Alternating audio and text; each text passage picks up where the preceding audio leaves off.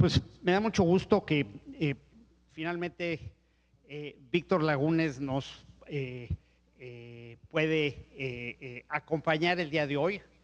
Víctor, como saben, es un personaje clave en el tema de la Agenda Digital Nacional, es, digamos, el CIO del Gobierno de México y ha venido trabajando en todos los temas relativos a la Agenda Digital Nacional.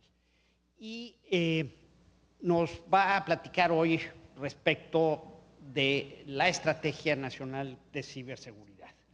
Entonces, me da muchísimo gusto dejar a Víctor con ustedes. Vamos a echarle a andar su presentación de la mejor manera posible, ¿no? Muchísimas gracias, Carlos. Gracias.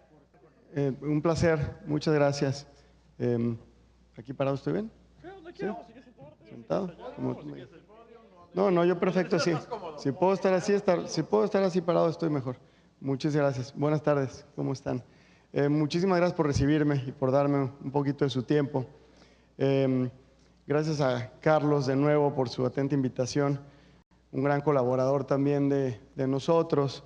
Hace alrededor de 4 años, dentro de la oficina de la presidencia, el presidente Enrique Peña Nieto crea la Coordinación de Estrategia Digital Nacional. Por primera vez se establecen, digamos, esfuerzos transversales desde un ente coordinador. Lo interesante de todo esto, obviamente, es que trae visibilidad horizontal hacia todo el gobierno federal, además de cierta injerencia sobre los esfuerzos digitales, también a los 3 niveles y con los 3 poderes. Mi labor es más tecnológica, es más de acompañamiento y más de trazar la estrategia de infraestructura, de telecomunicaciones, de aplicativos, así como de seguridad. Y obviamente en este último es en donde nos estamos enfocando en este año. Comenzamos con esfuerzos digitales, como lo mencionaba Carlos, dentro de la Estrategia Digital Nacional, con ejes transversales y con habilitadores. Los ejes, obviamente, estamos hablando de los sectores mayormente. Trabajamos con el sector salud, con el sector educación, con el sector económico, así como lo que le llamamos nosotros participación ciudadana y transformación gubernamental. En este es donde nos enfocamos en la parte de conversación con nosotros como ciudadanos, servicios digitales, trámites. Lanzamos la plataforma de GovMX hace alrededor de 1 año y medio a producción. Es hoy día el 5º portal más buscado y más usado en el país y todavía no tiene los servicios más recurrentes como acta de nacimiento, pasaporte en línea. Una vez que tengamos esos servicios arriba, será el portal más visitado en el país todos los días. Hoy ya tiene alrededor de entre 500,000 y 1 millón de visitantes únicos diarios. O sea, lo que nosotros decimos es esas personas ya no fueron o acudieron a una oficina de gobierno. Tiene un valor enorme, tangible e intangible, ¿no? Directo e indirecto, de experiencia ciudadana, que es lo que queremos. Se traza todo esto bajo una estrategia de si ya contamos con el documento, si el gobierno ya lo pidió alguna vez o ya me lo pidió, ya no tiene por qué pedirlo otra vez. Entonces, mucho del esfuerzo ha sido entender los flujos de cada trámite y cada servicio para saber qué dependencia es la responsable de dar ese documento o de validar dentro de ese flujo.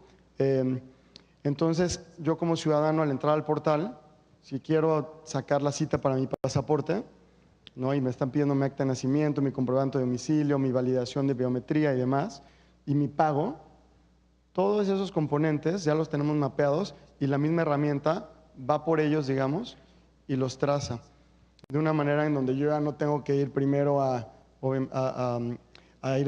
sacar mi copia de mi acta de nacimiento, ya no tengo que ir a sacarme mis fotos, ¿no? Lo que teníamos, el proceso que se tenía que hacer anteriormente. Y vamos montando todos los trámites y servicios de esa manera. No vamos a terminar en esta administración y eso ya lo sabíamos. Alrededor de 6,000 trámites y servicios son los que estamos mapeando y hoy día llevábamos como el 10%. Es un esfuerzo enorme Y obviamente no es tanto la tecnología, sino mucho la colaboración entre dependencias a los 3 niveles. GovMX se vuelve el portal único de tramitología de gobierno hacia el ciudadano. Colapsamos todos esos 6,000 trámites y alrededor de 8,500 páginas de gobierno en un solo portal. Y lo menciono así porque se dice fácil cuando menciono que es el 5º portal más buscado del país. La realidad es que como colapsamos todos estos en un solo portal, pues todos los ojos y todos los visitas van hacia ese portal. Por ende, es uno de los sitios más atacados del país. Y la volumetría que estamos viendo y la sofisticación de los ataques es cada vez más fuerte. Y tenemos obviamente que buscar, si ya estábamos trazando una estrategia en materia de ciberseguridad, esto ya se vuelve completamente prioritario. Y es de lo que les vengo a platicar hoy un poquito. Hacia una estrategia nacional de ciberseguridad. Es un esfuerzo grande, es un esfuerzo transversal, no es un esfuerzo de un solo ente. Es un esfuerzo que, como lo pueden entender aquí también mucho mejor que yo, atraviesa fronteras, atraviesa sectores, niveles socioeconómicos y toca a todos. La digitalización nos da un beneficio brutal, el acceso a la información, y también lleva el riesgo que conocemos de estar conectado. Adelante, por favor. Y empezamos con una visión todavía a cierta altura, muy diferente a los esfuerzos de los últimos años, en donde primero comenzamos trabajando, por ejemplo, con la PGR en materia de un anteproyecto de ley, o empezamos trabajando también con la Cámara de Diputados para poder hacer una propuesta de mejora en el marco legislativo para poder tipificar los ciberdelitos. Estos esfuerzos, lo que veníamos realizando eran esfuerzos como de gobierno hacia el ciudadano y no estaba permeando, no estábamos pudiendo avanzar a una velocidad adecuada. Y la razón es porque aquí es un esfuerzo de múltiples partes interesadas. Tenemos que trabajar muy de cerca con el sector académico, muy de cerca con el sector de sociedad civil, muy de cerca con la industria y obviamente con todos los entes de gobierno. Este tipo de política pública o la creación de esta política pública es muy difícil, es muy complicada, puesto que tenemos que estar primero con una visión común, conjunta, y apalancado con eso empezar a trazar una estrategia. Queremos crear una estrategia transversal y colaborativa basada en el análisis de evidencia, en la que participemos todas las partes interesadas. Empezamos a tener los primeros números de México en tema de ciberseguridad, el impacto. No teníamos, generalmente hasta el año pasado, estábamos teniendo los reportes globales o reportes de Norteamérica y estamos haciendo, digamos, la regla de 3 para saber más o menos cómo era el impacto en México. Hoy día ya estamos teniendo los primeros números de qué está sucediendo en el país y no son buenos. O sea, se habla de entre 3,000 y 5,000 millones de dólares al año el impacto del ciberdelito en el país. Y está creciendo fuerte, está creciendo rápido. Hace 2, 3 semanas, ¿quién de aquí no escuchó el ransomware que nos llega un viernes y estuvimos trabajando el fin de semana? ¿De aquí alguien sabe algún afectado? ¿Alguien que quiera levantar la mano? Pero bueno, tenemos casos documentados, alrededor de 4 o 5 casos, platicando con la policía cibernética.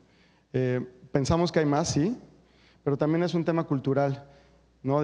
Fui atacado, fui vulnerado, ya lo solucioné y preferimos no compartirlo, ¿no? Como estrategia corporativa, como estrategia de entidad de gobierno, a veces decidimos no compartir este tipo de situaciones. GovMX tuvimos un ataque volumétrico muy fuerte en junio del año pasado, doblegó la infraestructura alrededor de 1 hora y media en un domingo a las 8 de la noche. Muy curioso, obviamente una denegación de servicio, un SYN flood, en donde muy extraño porque es la hora en donde menos tráfico hay. Entonces lo que pensábamos nosotros es que era una prueba para ver cómo estaba la infraestructura y sí, logró tenernos abajo 1 hora y media.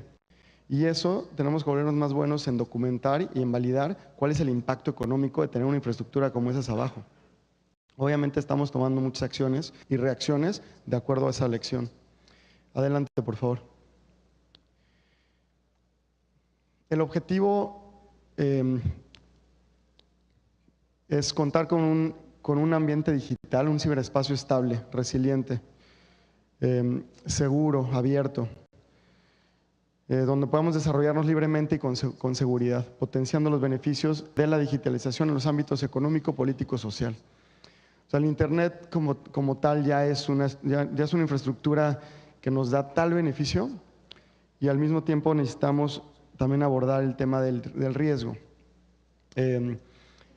Mucho de este esfuerzo lo queremos hacer en la parte de la prevención. Alrededor del 90% de los ataques que logran vulnerar una infraestructura, el punto focal o el error es humano. La tecnología es bastante resiliente, es bastante fuerte. Casi todas las situaciones en donde se llega a permear una infraestructura viene por error humano. Entonces, mucho de la estrategia es trabajar en temas de prevención, de concientización, de educación, e irnos a ciertos sectores más vulnerables, ¿no? Nuestros niños en línea, nuestros adolescentes conectados, las personas de la tercera edad, son un foco grandísimo para cierto tipo de ciberdelito, ¿no? Robo de identidad, fraude financiero, etcétera. Adelante, por favor. Les mencioné que habíamos hecho algunas actividades en los últimos años y ahora el enfoque es un poco diferente. Queremos realmente traer la conversación a mesas de trabajo, debatir los puntos y entonces tener una estrategia conjunta con los diferentes sectores. Esto no lo habíamos hecho así. Adelante, por favor. Y se los comparto porque es muy diferente sentarnos en la mesa, obviamente con los diferentes sectores, incluye industria y sociedad civil, y platicar el tema del ciberdelito como tal, la numerología, los estadísticos de hoy, al mismo tiempo que podemos trazar el punto en común para resolver el tema, por ejemplo, cómo podemos perseguir el ciberdelito, al mismo tiempo que protegemos las garantías personales y los derechos humanos en línea. ¿Cómo puedo garantizar que no estoy invadiendo la privacidad del ciudadano, al mismo tiempo que bajo la ley puedo hacer investigación, ¿no?, de personas de interés? Puedo perseguir, puedo tener cadena de custodia. Eso se dice fácil, pero en realidad es lo que más tiempo nos está, lo que más tiempo estamos invirtiendo, lo que estamos invirtiendo más tiempo. La realidad es que para tener ese punto en común con los diferentes sectores es bastante complicado. ¿Cómo puedo garantizar, ¿no?, libertad de expresión, privacidad, mi protección de datos personales, al mismo tiempo que le damos, obviamente, la responsabilidad a nuestras fuerzas policiales para poder perseguir el ciberdelito, ¿no? Y aquí es donde necesitamos trabajar en conjunto. Al ver los estadísticos y los números que ya está compartiendo más y más la policía cibernética, sabemos que tenemos mucho trabajo todavía por hacer, pero lo estamos resolviendo, ¿no? Hace una gran labor la doctora Trujillo, el comisario Oliver González, en materia de persecución, y todavía no con las herramientas adecuadas. Entonces necesitamos ahí, como diferentes sectores, empezar a verbalizar y a vocalizar y a presionar un poco más para que la política pública se fortalezca. Lo estamos haciendo a través de talleres. El primer taller fue hace alrededor de un mes. Vamos a tener otro en los siguientes días. El primero fue en colaboración con la Organización de Estados Americanos. Tienen bastante experiencia y colaboran bastante en ámbitos de ciberdelito, ciberguerra y mucho también atravesando fronteras. Este tema, como lo pueden saber, totalmente se explota la propia naturaleza del Internet, que es el criminal generalmente no perpetra el crimen en el país donde reside. Y eso hace que se vuelva extremadamente complicado perseguirlo. Y sí hay colaboraciones país-país y sí lo hacemos, pero en realidad todavía nos falta, por ejemplo, adherirnos al convenio de Budapest, que es el convenio hoy día el que existe que fortalece mucho más este tipo de cooperación, Entender que este tipo de ciberdelito es el mismo aquí y en otro país y podemos establecer fuerzas policiales que colaboren para poder atravesar esa frontera y perseguir el delito en donde sucede, pero desde donde se está perpetrando. El siguiente taller es en el Tecnológico Monterrey, en Ciudad de México. Obviamente lo que queremos también aquí es apalancarnos mucho con toda la investigación que se está haciendo. Y mucho de esto nos sirve como insumo absolutamente necesario para poderlo convertir en política pública. Adelante, por favor. Entonces invitamos a muchos actores nacionales e internacionales. Vienen varios expertos del ámbito internacional, gente que ha estado en la creación de política pública en otros países, así como también expertos de industria que nos pueden ayudar a documentar el tema de mejor manera. Este es el enfoque y se dice fácil, pero uno es contar con una terminología clara, hablar el mismo idioma entre países y entre entes de gobierno, saber qué significa ciberseguridad y qué significa cada ciberdelito. ¿No? Apalancarnos muy bien con el sector académico, porque en realidad si esas definiciones cambian mucho el ámbito de acción y de interacción que tenemos con los diferentes países y sectores. Definir y aplicar principios guía, fomentar la coordinación de los esfuerzos de la comunidad, y hay muchos esfuerzos. Aquí es donde digo que todos tenemos el mismo interés de que se genere una política en materia de ciberseguridad, pero estamos atacándolo desde diferentes aristas, desde diferentes lados. Y entender que es un proceso completamente dinámico, ¿no? La generación de política pública es muy lenta, en cualquier país. El ámbito digital es muy dinámico y muy rápido. Se están inventando ciberdelitos cada día, ¿no? O sea, el ransomware no existía hace 2 años. Entonces, para que un país pueda tipificar un delito, nos tardamos mucho tiempo. O sea, y esto sucede en todos lados. Entonces, vamos avanzando de una manera, o sea, todavía no estamos alcanzando la velocidad de cómo se está generando este tema. O sea, la digitalización nos trae mucho beneficio, pero esto necesitamos entender cómo podemos generar vehículos de política pública que se vayan adaptando de una manera mucho más rápida y dinámica a lo que estamos viviendo. Y no es nada sencillo. Una vez tipificado el ciberdelito, necesitamos tener obviamente todo lo que es las capacidades para poderlo perseguir, ¿no? Estamos hablando desde todo el tema judicial, todo el tema legislativo y todo el tema policial. Son creación de capacidades. Por eso es por lo que necesitamos ser muy responsables en el momento que creamos ya un ciberdelito como tal, tener toda la cadena lista, ¿no? Porque si no, en realidad estamos generando un problema más grave. Adelante.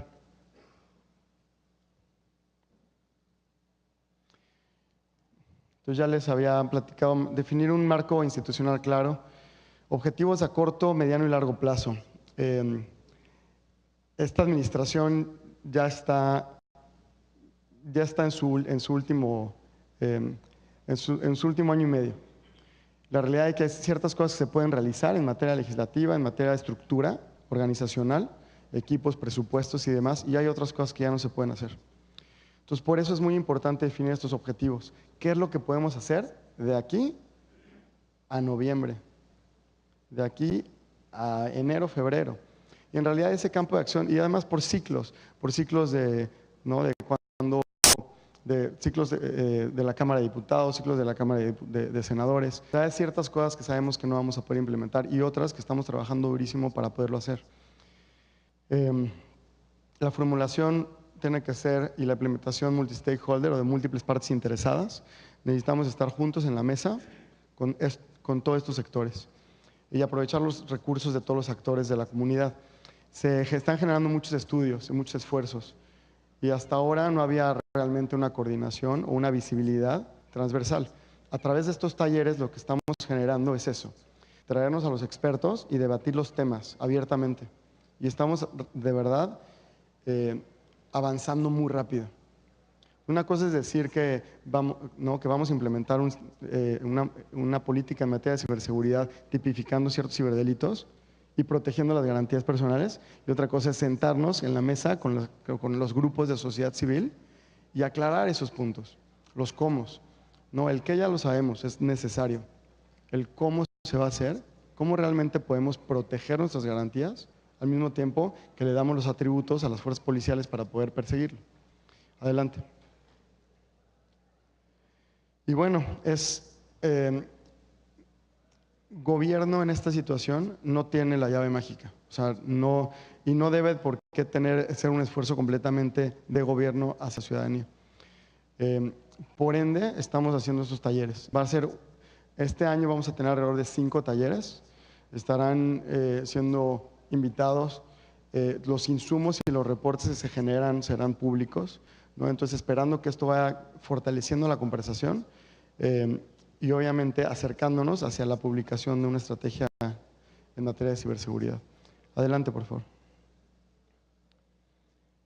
Esos son los que siguen en Ciudad de México. La temática son cuestiones sociales y económicas asociadas a la ciberseguridad. Adelante. Y el segundo taller, más con actores globales, en agosto, es la discusión del documento de trabajo y aportaciones de la comunidad nacional. El documento lo estamos cogenerando con la OEA, con la Organización de Estados Americanos, para también irnos apalancando con esfuerzos globales, ¿no? Y que vayamos en línea también con lo que está sucediendo en otros países. Adelante, por favor. Y estamos llamando a participación. Lanzamos una consulta pública a través de la plataforma de GovMX/consulta, en donde ya estamos censando un poquito más lo que es la sensibilidad hacia el tema. ¿Quién de aquí, por ejemplo, en sus organizaciones, el tema de ciberseguridad lo tienen por lo menos en prioridad alta? Pues veo pocas manos todavía. Y en gobierno, si los puedo compartir, se sabe que es un tema fuerte, pero todavía no sube la prioridad. En otros países es prioridad 1 o prioridad 2. Nivel país. Con presupuesto, con esfuerzo, con equipos, y esto tiene que ver con un tema de concientización también. Con dónde estamos parados, cómo entendemos el problema para poderlo atacar. Por eso estamos llamando a participación y a crear mucho esta conversación. Necesitamos sentarnos a platicar el tema, a saber que esto está sucediendo en el país, ¿no? Y cómo podemos colaborar para solucionarlo en conjunto. Adelante. Con esto, no sé si tengo tiempo para preguntas, dudas, comentarios. Pero bueno, les agradezco muchísimo su tiempo. Me quedaré un poquito de tiempo también para poder resolver, espero, algunas de sus preguntas aquí afuera. Muchísimas gracias, Carlos.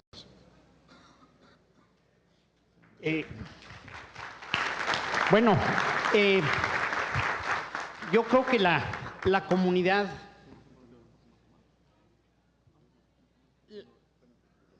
la comunidad informática de las universidades, yo creo que tiene una gran responsabilidad en el tema de seguridad, ¿no? O sea, conforme los anchos de banda que llegan a las universidades son más grandes, conforme los equipos son más poderosos, la posibilidad de hacer daño desde las redes nacionales de educación e investigación es un tema que nos preocupa a los directores de las redes nacionales de educación e investigación muchísimo, ¿no? Porque estamos llegando, pues, prácticamente a todos los países del mundo donde no tenemos las herramientas necesarias de seguridad, etcétera. Entonces tenemos una responsabilidad primero de proteger nuestras instituciones, proteger nuestros sistemas. Yo soy un creyente de que debemos certificar los sitios conectados a CUDI. No hemos podido, pero ojalá y pudiéramos hacer un esfuerzo en ese sentido. Y luego tenemos una responsabilidad gravísima de educar, porque esto es un tema, pues, de que la gente que agarra su iPhone, se conecta a Facebook, no está preocupado por la seguridad, y son claramente todas las instituciones que venden servicios de Internet, ¿no? Como dicen, si no te cobran es porque tú eres el producto. Entonces te están observando, todos saben qué es lo que haces, dónde estás, con quién hablas, qué pornografía te gusta, saben todo de ti, ¿no? Y vamos, el tema de educación de nuestros usuarios también es una responsabilidad crítica. Entonces, vamos, nosotros tenemos desde hace un buen rato una comunidad de seguridad, tratamos de tener esto en el radar, ¿no? Obviamente nos faltan muchos recursos porque pues, la propia red es débil, la propia red, vamos, le falta consolidarse como Red Nacional de Educación e Investigación, pero aquí tienes un gran aliado, Víctor, de esta estrategia y pues yo sí quisiera pedirle a Mario, que es nuestro coordinador de seguridad, en fin, sabemos de la necesidad de trabajar en una estrategia nacional de seguridad y creo que somos un actor fundamental, ¿no? Entonces, Mario, pues no sé si quieras tú hacer algunas preguntas, recomendaciones, cómo podemos avanzar la conversación. Ok. Haciendo un poquito de pausa todavía, bueno, estábamos comentando, bueno, qué tanto implica los delitos, qué tanto impacta los delitos a las universidades y como universidades, qué obligaciones tenemos en la parte de esta parte de la ciberseguridad. Yo creo que uno de los frentes que no nos hemos apoyado, y es la realidad, lo suficiente, es con el sector académico. No toda la investigación que se hace, los reportes, los analíticos que se están generando hoy día desde las universidades y el sector académico es enorme. O sea, el insumo que podríamos traer para eso, utilizarlo también para fortalecer la política pública es fundamental, ¿no? Yo creo que ahí podemos trabajar mucho más en conjunto, poder nosotros, repito, crear la necesidad está, lo que está sucediendo es que no está permeando de abajo hacia arriba. Por eso la velocidad para la implementación de una política pública no le estamos viendo a esa velocidad. Ya mencionaba Carlos, el tema de educación, como nosotros lo decimos, el tema de concientización, no está ahí. No está ahí todavía en el país. Somos hoy día alrededor de 65, 67 millones de mexicanos conectados, un brinco brutal en los últimos 4 años, alrededor del 70% de incremento en tema de acortar esa brecha digital. Y dentro de todo esto, el ciberdelito está creciendo, está rampante, ¿no? Como estamos conectados, ya lo mencionaba Carlos, tenemos el gran beneficio de estar conectados, de accesar la misma información y pensamos que no estamos siendo atacados. Y pensamos que no hay realmente, o sea, están tratando de entrar a nuestro dispositivo. Y la realidad es que sí. Si vemos los números, o sea, 1 de cada 3 personas en el país va a ser atacada este año. O sea, y eso nos tiene que quedar claro. Y si nos queda claro, actuamos diferente, ¿no? Aquí es donde realmente me gustaría apoyarme más en ustedes y como lo mencionamos, jálenos más, ¿no? O sea, el interés mayor de nosotros es estar en este tipo de eventos, comentando cómo vamos. Y la realidad es que hoy día todavía no estamos a 10,000 pies de altura, estamos a 100. Necesitamos bajarla más. Y es en colaboración, ¿no?, con el sector académico que podamos ir cerrando esa brecha mucho más rápido. Pues no sé si hay alguna pregunta del público. Víctor tiene una agenda muy apretada, pero creo que tenemos unos minutos. No sé si alguien quisiera hacer algún comentario, cómo podríamos. ¿Ahí hay uno? Hola, buenas tardes. Hugo Rivera de la UNAM. Atendiendo a tu invitación de poder colaborar con la academia, sé que no es el tema, pero sí en mi posición dentro de ECUDI me gustaría saber con quién se podría tratar el tema de la red NEI que están planeando, ¿no?, dentro de la Secretaría de Comunicaciones, la CEP, etcétera, etcétera, para hacer trabajos ya en conjunto a nivel técnico, no tanto de administrativo, sino más bien ya a nivel técnico, empezar a armar planes o construcción de esa próxima red, ¿no?, que tienen pensado, que al parecer se llama NECTI, ¿no?, me parece. En mi oficina, nosotros ayudamos a coordinarte y a conectarte. O sea, lo que sucede dentro de la oficina somos ente coordinador, ¿no? Entonces traemos visibilidad transversal y podemos ir armando esos grupos y equipos de trabajo. Entonces, si me mandas un correo, ¿no?, estoy en victor.lagunes@presidencia.gov.mx. Mi nombre y mi apellido, @presidencia.gov.mx. mándame un correo y ahí empezamos a trazar el plan. Tal vez te puedo apoyar en ciertos frentes y en otros obviamente me quedaré corto, ¿no?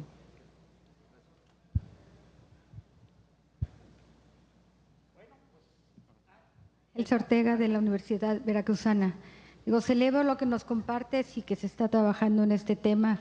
Como bien mencionas, quizás se tardó un poquito, pero ¿qué estrategia o cómo están asegurando que estas iniciativas permeen al nuevo gobierno y no pase lo mismo de borrón y cuenta nueva? Bueno, pregunta importantísima. No, y generalmente los cambios de administraciones, a veces es borrón y cuenta nueva. El objetivo de nosotros ha sido documentar el trabajo y el retorno, ¿no? ¿Qué significa tener esta política pública y esta infraestructura? O sea, lanzamos la política, pero siempre trae acompañado un proyecto, ¿no? No nada más es el documento de ley, ¿no? Del cambio de la política pública como tal, pero tiene, la estrategia digital nacional tiene GovMX, la estrategia de datos abiertos tiene datos.gov, ¿no? La política en materia de tecnología de información y comunicación tiene la herramienta de la política TIC, ¿no? Donde ahí tenemos visibilidad de todos los proyectos de inversión tecnológica del gobierno federal. Entonces, todo esto viene apalancado con un tema bien táctico, ¿no? O sea, o más pragmático, práctico, que es cuál es la herramienta, cómo lo vamos a hacer. Por eso la política pública la tenemos acá, ¿no? La estrategia digital nacional es el qué. Y el cómo es la política TIC, por ejemplo. Y ahí es donde documentamos el valor. Mi expectativa es que haciendo eso, es un tema de valor, ¿no? Si nosotros documentamos bien el retorno, el beneficio tangible, directo o indirecto, de la implementación de estas estrategias, es dinero, ¿no? Es presupuesto que se está eficientando en muchos frentes. Entonces el barquito, como le digo, igual y agarra un rumbo tantito diferente, pero no se regresa. Esa es una cosa, o sea, es un tema, yo como ingeniero lo veo como práctico, ¿no? Tenemos infraestructura creada, permeada hacia las diferentes dependencias de gobierno. Por eso digo, GovMX es una ventanilla única. La infraestructura, de hecho, es relativamente pequeña, o sea, como tecnología. ¿No? Obviamente tiene sus capas de CDNs y tiene otra cosa para volverla mucho más robusta y segura, pero en realidad es infraestructura pequeña. Lo padre y lo interesante es que está conectada a todas las dependencias federales, estatales y municipales. Y ese trabajo, bueno, para regresarnos, o sea, el 90% del trabajo es mapeo de flujos y mejora de los procesos internos de las dependencias. Es un tema humano, no es tecnológico. Entonces, todo eso estamos avanzando poco a poco para irlo conectando a GovMX, ¿no? Y la otra, se generó política pública. O sea, se hicieron cambios en la Constitución, ¿no? Y todo esto tiene que ver con, obviamente, tratar de apalancar, fortalecer y asegurar que esta digitalización continúe. No había un esfuerzo similar antes. O sea, y lo digo porque había 8,500 páginas de gobierno y menos del 1% de los cibernautas accedían a estas páginas en algún momento. Era marginal. Los cibernautas no estábamos utilizando servicios de gobierno, estábamos haciendo un mal trabajo. Lo que hicimos al colapsar las páginas hasta de comunicación, o sea, ya no hay semarnat.gov.mx, ahora es govmx, diagonal semarnat, diagonal segov, diagonal presidencia. Entonces todos los ojos van a un solo sitio, ¿no? Y todo esto nos apalanca mucho para ir fortaleciendo. No estoy diciendo tampoco que todo lo que hicimos fue perfecto o es perfecto. Yo sé que hay muchas mejoras que se van a hacer y esperando que los nuevos equipos que lleguen implementen esas mejoras y vayan, obviamente, digamos, si llegamos al paso 3, la siguiente administración va a llegar al paso 6, pero no regresarnos. Sería brutal y sería una pérdida enorme de tiempo, esfuerzo y dinero. Bueno, pues Víctor, gracias por estar con nosotros, cuenta con nosotros, ¿no? Y yo creo que tenemos adelante una colaboración importante y seria, ¿no? Gracias.